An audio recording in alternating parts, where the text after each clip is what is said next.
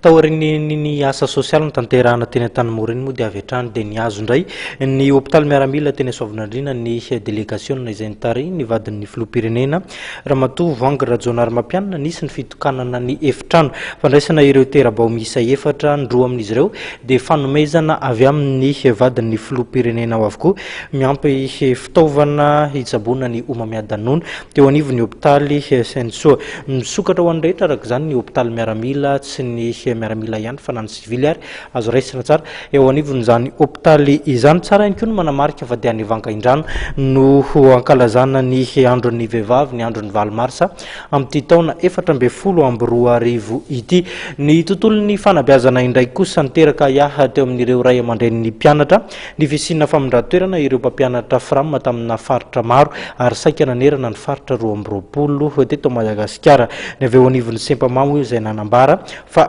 ny voakasika ity famindran-toerana ity Ravakarandriamanalina no mitondra ny tati-baovao sary ny Rivo Rajaonary Velo.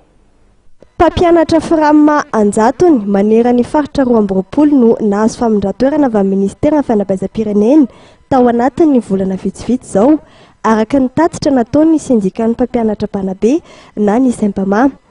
Niteraka aya teo amin'ny ray aman-dren'ny mpianatra izany ka nahatonga azy ireo nangataka fivoriana ny rana tamin'ny Sempama isa-paritra nandritra ny volana febroary iny. Mpampianatra frama maneno ny tena izy tsy tokony azo ny ministera afindry satria tsy ny ministera manaramanio fa ny ray aman-dren'ny mpianatra dia izao zany ny olana tena very hevitra ny ray aman-dren'ny mpianatra amin'izao fotoana izao satria to tapaka anelanela mitona ny fianarany zanany deuxième trimestre zao ary fotoana tsy azo anaovana kitotoa amin'ny resaka fanabeazana satria ao zany no amaranana ny programme rehetrarehetra fa ny troisième trimestre zany zavatra révision fotsiny zany dia lasa zany le mpampianatra anazy satria inona ny antony ireo mpampianatra framareo zany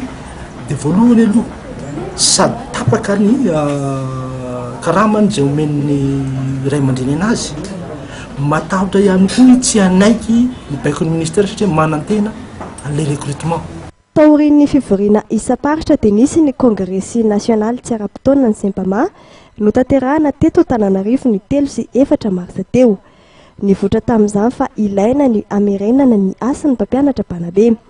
Fantatra tamin'io ihany koa fa idiana mafy ny toeran'ny ministera fanabeazam-pirenena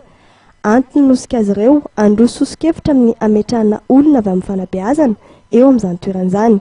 Anarana mipoitra tamin'izany ny filohany nasionaly ny Sempama Andriamatoa Claude Rarivotra. Tamin'ny première république io ministère io dia nitantanana mpampianatra ary mpampianatra instituteur de cadre be nitantanan'io zavatra nisy niakatra be sy nandroso le fanabeazana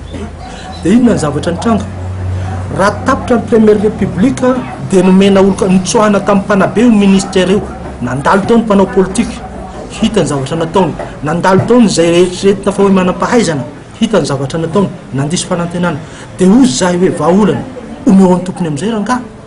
averenao amin'ny tompony io. Olona afaka merina ny asan'ny fanabeazana amin'ny alalan'ny fametrahana rafi-panabeazana amin'ny fanaraka amin'ny filolan'ny firenena no tokony isana ny andraikitra minisitry ny fanabeazam-pirenena ho iatrany ny Sempama.